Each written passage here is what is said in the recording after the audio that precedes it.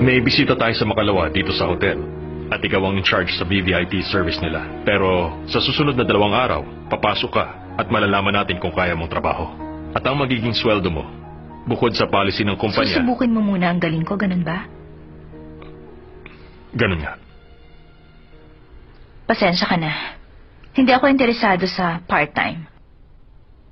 Mahirap ang posisyon ko.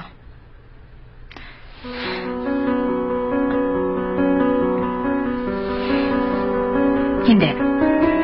Ang totoo kasi niyan, isa talaga akong Japanese citizen. Pero wala akong dalang working visa. Nung bata pa kasi ako... Hindi mahalaga sa akin ang mga yan. Ano bang kailangan mo? At dahil turista lang ako dito sa Korea, kailangan ko na magsusponsor ng work visa. So kung ganun, kapag walang nag-sponsor sa'yo, mag-expire ang tourist visa mo at matideport ka? Tama.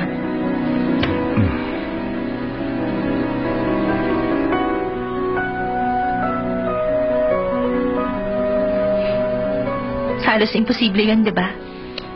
Oo, alam ko naman. Nakilala mo lang ako sa kalsada, wala akong recommendations. Imposible ang gusto ko kahit graduate pa ako ng University of Tokyo. Hanap ka na lang ng iba. Good luck sa'yo.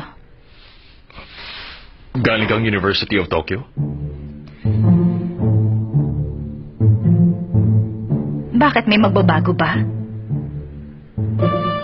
Mukhang wala naman pala eh. Sige.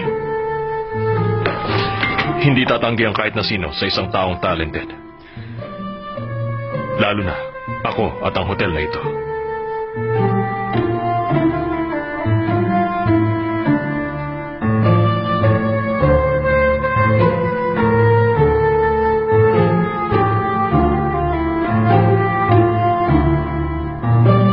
Hindi ako papayag. Kung talagang doon siya nagtapos, bakit wala man lang siyang resume? Sige. Kahit mas marami tayong hinahire na galing sa recommendation kaysa sa application. Darating na si Nakamura, di ba? Hindi siya bagay dito.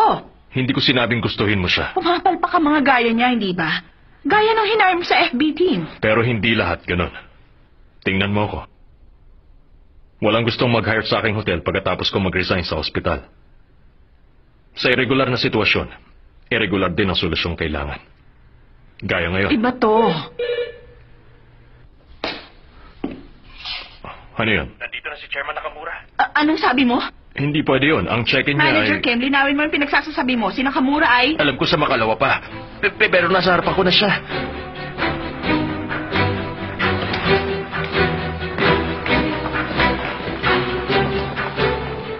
Ang isang PPA ay nag-aasikaso sa lahat ng kailangan ng VVIP. Pagkain, mga damit, mga tawag. Isipin mo lahat ng kailangan niya. Ibigay mo lahat sa kanya. At hindi ka dapat magkamali. Kabilang ka sa guest service. At tuwing kasama mong VVIP, dapat naka-uniform ka. Lahat ng hingin niya ibigay mo. At linisin lahat ng pinapalinis niya. Pero humingi ka ng pahintulot bago gawin ang mga ito. Isulat mo lahat ng gagawin mo. Magsulat ka ng memo o gamitin mo ang voicemail kapag kailangan. Huwag mong iparamdam na sagabal ka sa privacy niya o sagabal sa kilos niya. Iparamdam mo sa kanya na ginagawa natin ang lahat. Tandaan mo lahat yan.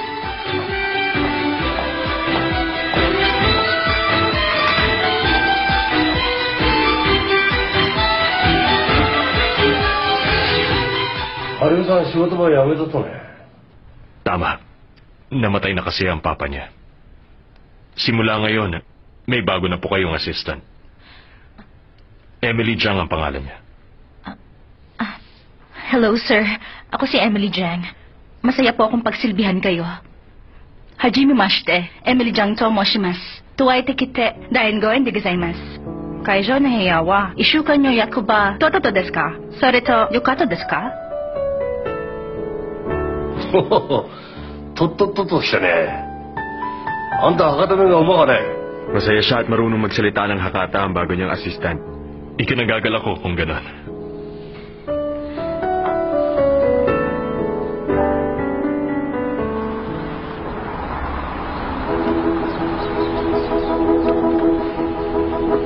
Good afternoon, sir. Good afternoon. Good afternoon, sir. Sinong nandito? Ang tagapagmana ng Mondo Group? Hindi po ako sigurado. Pero Yung sasakyan palaging gamit ng Mondo Group ang nagbabasa kanya. Yung sigurado. Ano pong gagawin ko? Walang magbabago. Business as usual tayo.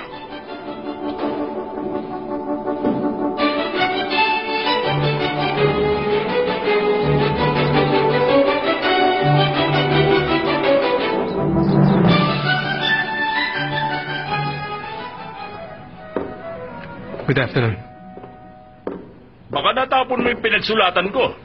Dapat kasi, nagpaalam ka bago mo tinapon ang basura. Pasensya na po. Pero ang pagtapon ng basura ang unang ginagawa ng housekeeping. Ay, nako. Wala ka ba sasabihin na makakatulong? Ito po, sir. Ako rin po madalas makapagtapon ng kung ano-ano. Galing po yan sa basurahan niyo, sir. Itanabi ko po kung sakaling hindi niyo sinasadyang itapon ng mga yan. Sana po andyan yung mga hinahanap niyong papeles. Sige po. Ay, sige.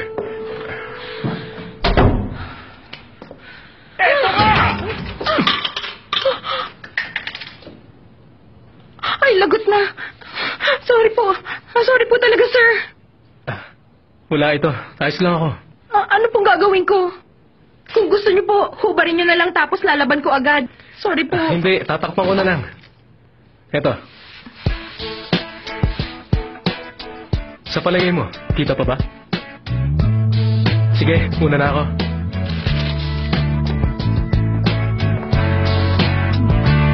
Mga documents na ito, kuha mo? Bakit? Hindi ba makatarungang hingin yan? Naku, hindi naman po. Gumawa ka ng resume at kumpletuhin mo ang requirements na nakalista. Ibigay mo sa HR. Sige. Teka, galing kang University of Tokyo? Kung ganun, bakit nahihirapan ka maghanap ng trabaho? Hindi ka nagtataka? Baka dahil nga sa eskwelahan ko, kaya natatakot silang i-hire ako, hindi makapaniwala. Pero kaya ka namin hinire ay dahil sa pinag-aralan mo. Alam ko po yun. Kapag naipasa mo na yan, HR na bahala sa'yo. At ang ID mo, ibibigay pag may working visa ka na. Yan lang muna. Okay.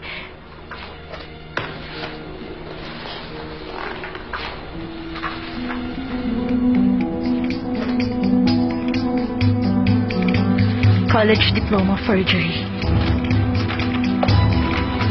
Can forge even college diplomas. Yujiro print shop.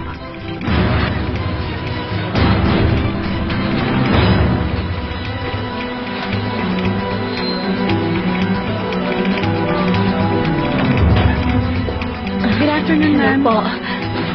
Miss, gumagawa ba kayo ng diploma? Ano, pero hindi na ngayon. Pero may sample kayo. Display na lang kasi yan. Okay.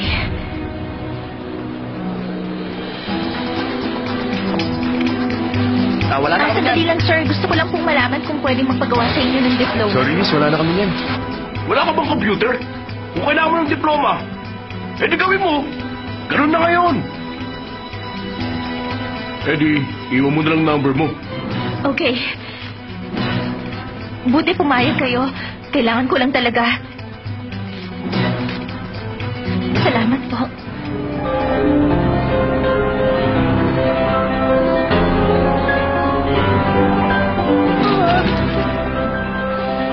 Sira ka ba? Wala ka sa recital ng asawa mo. Tawagan mo ako, okay? Si Mama to. Kumusta ka na? Kumusta kayo ni Stella? Ay, Ma, ano ka ba naman? Hayaan mo ang asawa niya. Anak, bakit ka ba ganyan? Naku, Kuya, hinimatay si Mama kanina. Alam mo ba? Ay, hindi. At ang sira-ulo mong asawa, ba't daw ako tumatawag dyan? Maghihiwalay na raw kayo. Anak, tama na yan. Kapal na mukha niya mag-file ng divorce.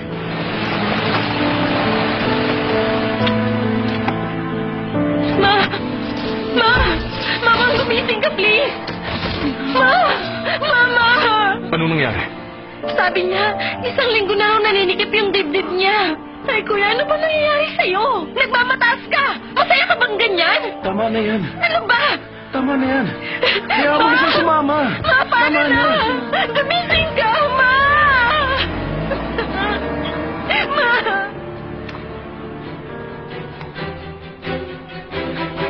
Kung kailangan mo ng diploma, di gawin mo. Ganun na ngayon.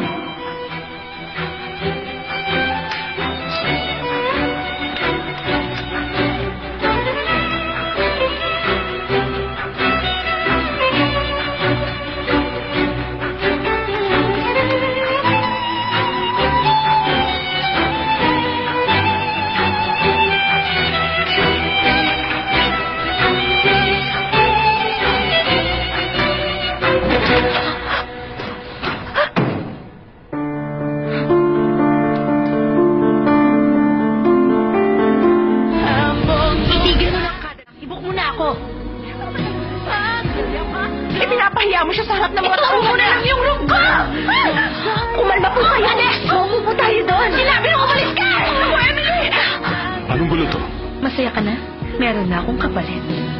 Isang buwan na lang ang kailangan yung hintayin. Pagkatapos nun, magkita-kita na lang ulit tayo sa korte para ma-finalize ang divorce. Patawarin mo ko kasi hindi kita napaligaya. Nasa listahan ka na ng mga pinadi-deport. Teka, wala ka pang pinapasang documents? Parating na raw ngayon. Siya yung nagpapagawa ng college diploma. Firma ko lang to. Opo. Sabi nila, may extend siya rito ng 1 week. Ano po? Sumulat sa director sa Justice Department. Nag-alala talaga siya sa'yo. Gusto ko pong magpasalamat sa inyo. Sabi mo, sa Japan ka dinala nung umampun sa'yo. Opo. Sumagil sa isip kong magampun noon. Sa palagay ko magiging mabuti kang ama. Naghiwalay na kami. Sayang naman. Salamat sa sinabi mo yan. Ngayon na lang uli ako nakarinig ng papuri. Mabuting ama. Gusto ko lang malaman kung naging guest niyo na dito ang babaeng ito. Hindi po kasi kami pinapayagan na magbigay ng impormasyon tungkol sa guest. Kailangan ko lang